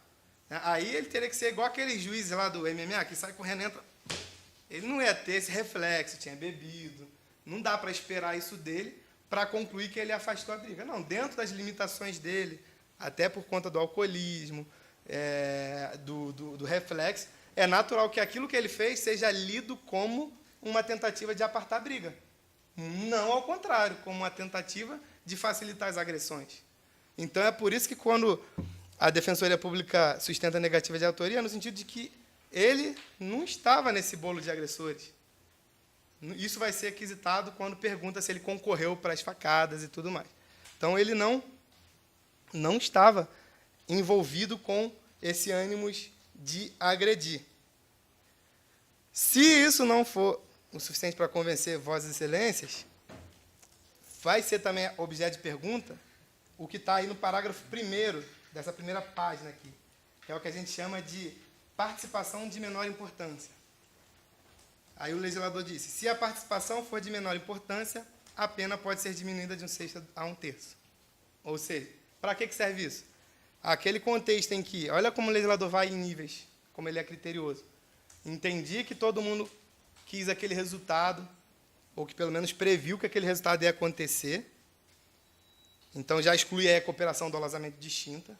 Mas aquele que deu uma ínfima contribuição, que seria, na pior das hipóteses, o caso do Rômulo, merece uma pena mais branda. É o que a gente chama de participação de menor importância. Mas eu não acredito que Vossas Excelências vão entender que houve participação. Por quê? Não tinha como, dentro da lógica da acusação, o homicídio, a vontade de matar, foi materializada pelas facadas, que foram desferidas pelo Augusto. Eu não sei de onde a gente pode concluir que o Rômulo e o Ezequiel sabiam do plano do Augusto de esfaquear a vítima. A promotora, examinando os autos, ficou convencida de que sim, pelo que eu percebi aqui da sustentação da doutora, naquele trecho do vídeo em que ele vai buscar a faca. É a única fonte de convicção que eu entendi até agora da doutora promotora do Ministério Público, no sentido desse conhecimento de todos e desse plano prévio de tirar a vida do Maicon. Só que, convenhamos, no mínimo, é de se duvidar a localização da faca. Não dá, por conta daquele ato de fazer assim, extrair uma certeza absoluta da posição da faca e mais, extrair que o fato da faca estar onde a promotora acredita que estava significa um ajuste de vontade. Até porque, em linha de princípio, se estava em cima do banco, o Augusto estava em cima da faca e ninguém viu. Mas depois eles entraram no carro. Entraram, quem entrou primeiro? Eu não vi ali aquela faca à mostra para todos eles. Nenhuma testemunha afirma que aquela faca era de conhecimento de todos eles. Os réus, nos seus interrogatórios, foram bem coerentes nesse aspecto. Ninguém sabia daquela faca. E, partindo da premissa que a gente julga privilegiando o réu na dúvida, acho que, no mínimo, a gente não tem como ter certeza de que o Ezequiel e o Rômulo tinham conhecimento daquela faca. E aí, senhores e senhoras, se ele não tinha conhecimento daquela faca, como concluir que eles tinham montado um plano homicida?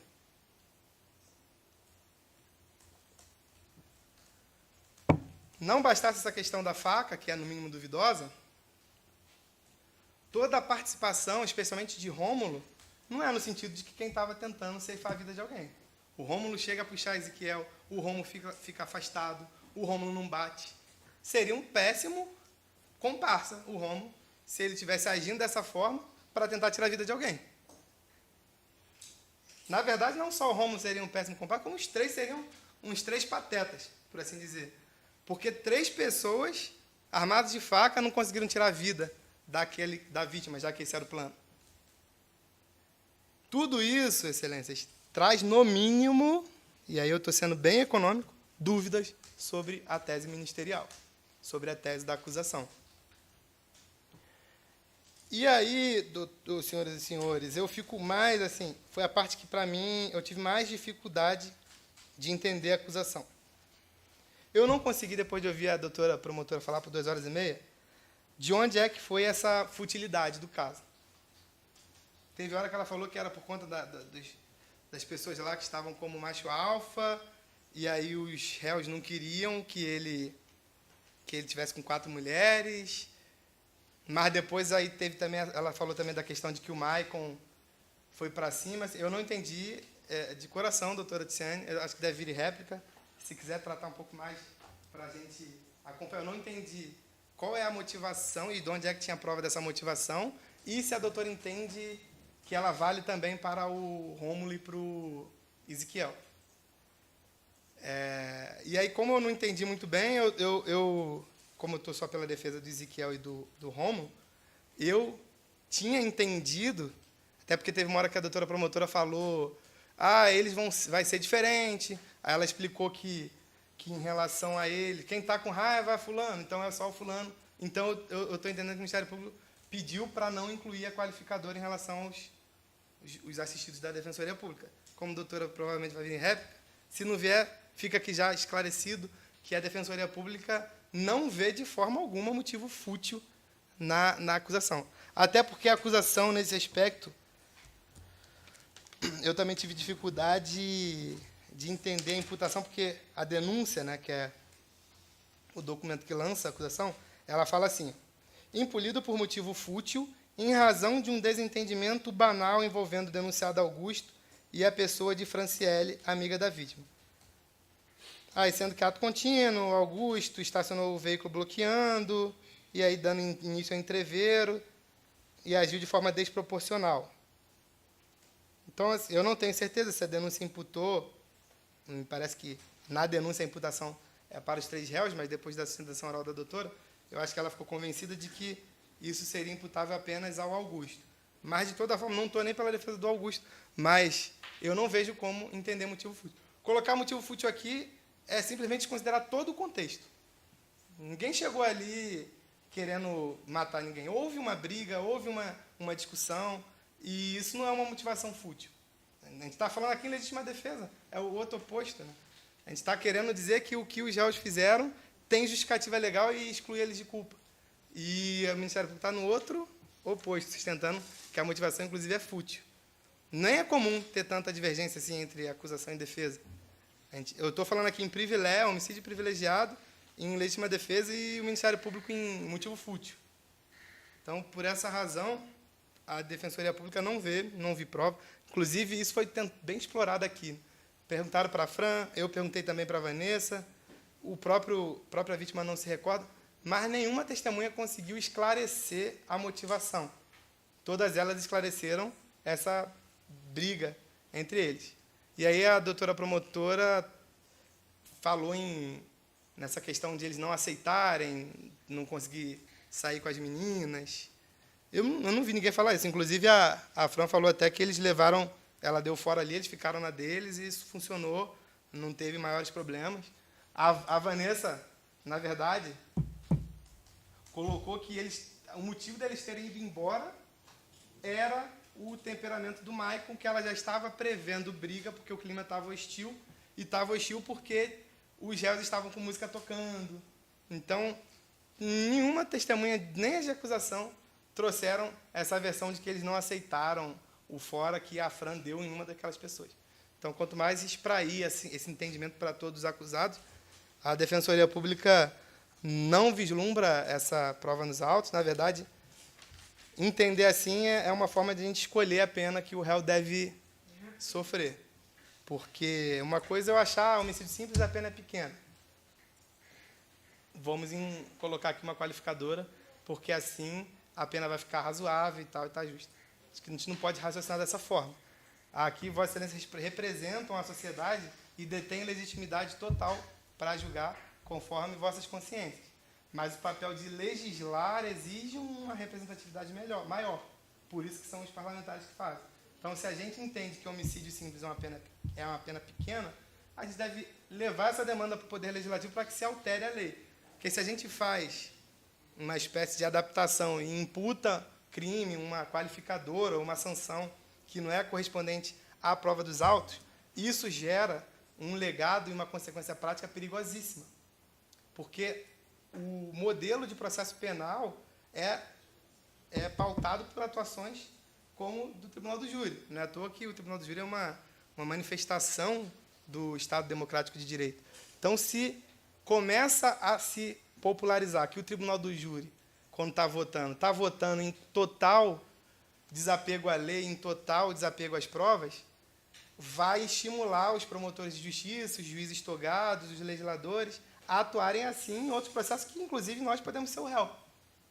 Então, acho que a gente não pode abandonar as regras do jogo quando julga esse caso. E eu costumo dizer, eu não recorro de decisão do Tribunal do Júri porque eu nunca vi uma decisão do Tribunal do Júri discrepar tanto. Isso demonstra que vocês estão realmente comprometidos com a justiça e refletem a vontade do povo. Por isso, eu não estou preocupado achando que Vossas Excelências vão acatar integralmente o que está sendo sustentado pelo Ministério Público. Eu falo por uma questão de cuidado, de que tem que ser respeitada a lei e essa vontade do legislador, por desencargo de consciência, que eu tenho certeza que a convicção de Vossas Excelências não destoa do que o legislador previu. Não é à toa que elegemos os nossos representantes no parlamento. Foram vocês, direto ou indiretamente, que construíram as leis que servem para julgar esse caso. Então, acredito que não faz sentido, agora, na hora de julgar, a gente excluir a figura da legítima defesa, a gente desconsiderar a cooperação dolosamente distinta, a gente esquecer que tem a previsão do tráfico privilegiado. Não acredito que esse seja o julgamento de hoje. É claro, estou trazendo aqui figuras que talvez Vossa Excelência nunca tenha ouvido falar, mas trouxe previsão legal, expliquei o conceito, tentei adaptá-lo, o conceito, ao caso concreto, de modo que eu entendo que o trabalho da Defensoria Pública aqui, que é apenas facilitar o julgamento da causa, está cumprido. Eu não vou ficar falando pelo meu tempo inteiro, já estou me encaminhando para o final. Assim como o doutor Silfanei, eu já fui jurado também lá no Rio de Janeiro, eu sou do Rio de Janeiro. Vim para cá em janeiro para assumir esse cargo de defensor público. E lá eu já participei num Tribunal do Júri que estava em mutirão, então eu tinha que ir todo dia, de segunda a sexta. E nessa batida eu cheguei a participar de 5 julgamentos, um deles, inclusive, foi até de madrugada. Eu sei como é cansativo, hoje é um julgamento que já se alongou demais, ainda que a gente talvez tenha que se prolongar por mais 1h30 pela acusação, e aí a defesa vai ter mais 1h30, mas eu e o doutor Silfanei certamente não usaremos o tempo integral, mas sei que é cansativo. Ficar aqui por horas e horas ouvindo, um negócio não é interativo. Né? Talvez se o júri fosse um pouco mais interativo, seria menos cansativo. Né? Mas eu tenho certeza que, até onde foi dito pela defesa e também pela acusação, Vossas Excelências conseguiram extrair bastante coisa e já deu para municiar o julgamento dos doutores. A gente que trabalha no júri, a gente consegue perceber pelos olhinhos de vocês quando a coisa está sendo absorvida, quando está sendo entendido o que está sendo colocado. E é isso que faz a gente ficar satisfeito. O que é triste é a gente sair daqui com a sensação de que não entenderam bulhufas do que foi dito. Então, o objetivo da Defensoria se esgota aí, municiá-los das informações para julgar. E aí, como que Vossas Excelências vão julgar? Eu respeito, e não porque eu quero respeitar, é obrigação de todos respeitar o que for decidido aqui. Não é à toa que a Constituição, quando fala do julgamento do júri, prevê, um dos princípios que é previsto ali na Constituição é a soberania dos vereditos. Isso não existe para a decisão do juiz togado. Decisão soberana, né, um nome pomposo, é para a decisão de Vossas Excelências, porque reflete a vontade do povo, são representantes do povo aqui hoje. E eu tenho toda a certeza que, na qualidade de representante do povo, após ouvir os debates, após ouvir as teses de acusação, a tese de defesa, estão extremamente aptos a cumprir o seu trabalho aqui. Por isso a Defensoria Pública agradece e espera que Deus ilumine a mente de Vossas Excelências para que seja promovido o julgamento mais justo possível. Muito obrigado.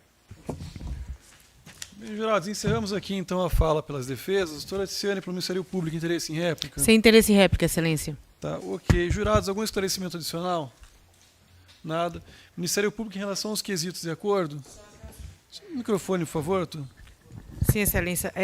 Aqui, até falar aqui, dar conhecimento aos doutores, enquanto eu estava aqui lendo com mais atenção, porque são três, né,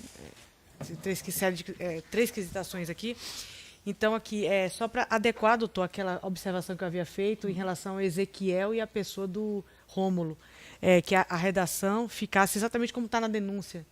Aquilo que eu falei aqui agora para o doutor. Tá. Entendeu? Da denúncia, e mantivesse em relação ao Rômulo o meu pedido da participação. Isso, Menor da importância. participação. Isso, que eu falei, que ele foi o menos ofensivo e tal. Mas o resto se mantém, só essas duas questões. Tá. Doutores, o que a doutora Tiziane, em verdade, apontou aqui é que a redação primeira aqui do quesito ficou só usando como exemplo o Rômulo, né, mas se estende o Ezequiel. O réu Rômulo Augusto de Barros Pereira concorreu para os golpes de faca, né? Essa foi a pergunta.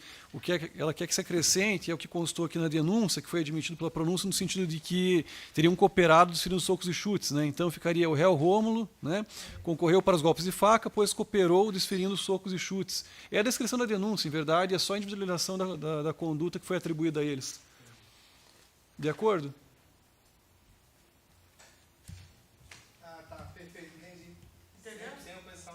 De acordo? Tá, então tá ótimo. Eu vou te passar ali, Álvaro, só para copiar e colar. Desculpa, doutor. E aqui, né? Aqui, essa questão, agindo assim, o réu, Ezequiel, concorreu para o resultado do morte da vítima, resultado que não alcançou. Entendeu? Porque, ó, Deixa eu só verificar aqui. o núcleo.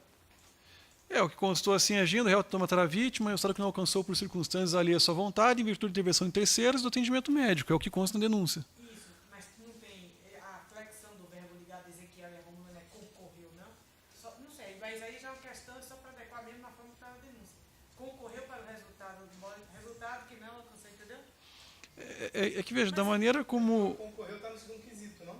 Isso, mas é para deixar claro Pra que manter a eles, mesma- a mesma lógica auditiva, ou pelo menos É porque a denúncia, de fato, ela não faz essa delimitação do concurso, né, com relação ao fala, verbo ela matar. fala, ela individua, ela bota no finalzinho, assim. Tá, mas de qualquer maneira, aqui acho que... Eu entendi. Aqui acho que não há algo que se questionar, porque, veja, a tentativa de matar a vítima, ela, pelo menos na visão do Ministério Público, essa foi a acusação que foi admitida pela pronúncia, ela vem da autoria em relação aos golpes de faca e da participação dos co-réus, né? O fato de ser participação ou autoria não se diferencia em relação a tentar matar a vítima ou não, é essa acusação. Então, acho que no ponto não tem que realmente fazer qualquer alteração. Então, fica a alteração só em relação ali à participação dos acusados Ezequiel e Rômulo, no que se refere à redação do quesito. Eu passo aí, Álvaro, em seguida aqui a gente já formaliza ali nas cópias entregues aos jurados. Então, conselho de sentença, a gente passa aqui, etapa final do julgamento, que é justamente a quesitação e a votação. Eu peço a gentileza, daí, Álvaro, que suspenda a transmissão, retomando apenas tão somente por ocasião da leitura da sentença. Bem, jurado, você toma ação de julgamento, agora pela última vez, eu convido todos para que fiquem em pé, para que se faça aqui a leitura da sentença. Augusto César dos Santos Falcão, Ezequiel de Jesus Cordeiro Pinto e também Rômulo Augusto de Barros Pereira. Realizamos aqui o julgamento dos senhores quanto às imputações que lhe foram colocadas. Ouvimos aqui a vítima, testemunhas, os senhores foram interrogados, deram a versão do que teria acontecido no dia dos fatos. Em sequência, a promotora de justiça fez a exposição quanto ao conselho de sentença e, da mesma maneira, também fizeram seus defensores em favor de cada qual. Ao final de tudo isso, os jurados tiveram uma conclusão, e essa conclusão está presente na sentença, que agora faço leitura. Leitura essa maneira resumida, ela é um pouco extensa, mas depois o senhor, Augusto, Ezequiel e também Rômulo terão acesso na íntegra, se assim desejarem. Dessa maneira, então, passo direto ao item 2, fundamentação. Ao responder essa lei de quesitos, os jurados chegaram assim de conclusão. Primeira série, em relação ao acusado Augusto César dos Santos Falcão. A linha A, reconhecer a existência do fato. A linha B, atribuir a autoria ao réu. A linha C, reconhecer a figura do crime doloso contra a vida. A linha D, não absolver um acusado. A linha E, não reconhecer a figura privilegiada. E, por fim, a linha F, reconheceram a qualificadora da motivação fútil. Segunda série, acusado Ezequiel de Jesus Cordeiro Pinto. A linha A, reconhecer a existência do fato. A linha B, atribuir participação ao réu.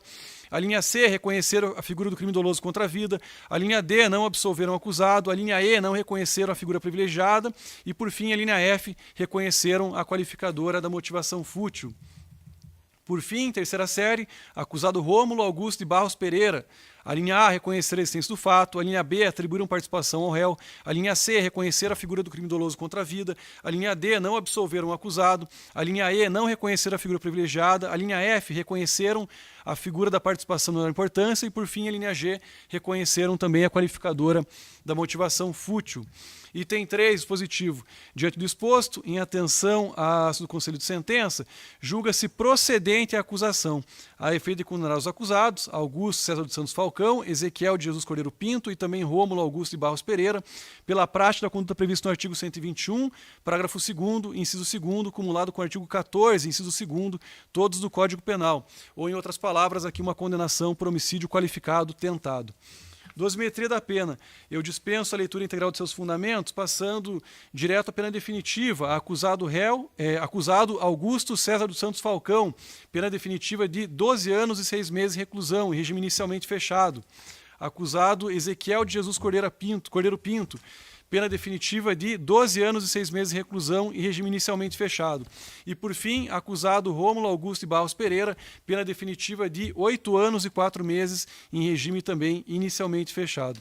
Eu dispenso a leitura dos demais itens, consigno apenas aqui que, em função da soberania que se revestem as decisões do Tribunal do Júri, determina-se o início imediato do cumprimento da pena, solicitando então a gentileza que o cartório peça uma de prisão e que a força pública Polícia Militar lhe dê aqui imediato cumprimento. Deixo consignado também que, em relação ao acusado Ezequiel de Jesus Cordeiro Pinto, além do início imediato cumprimento da pena, há também aqui um decreto preventivo em função da reiteração criminosa, cujos fundamentos também constam aqui na sentença e eu deixo de lê-los em sua integralidade.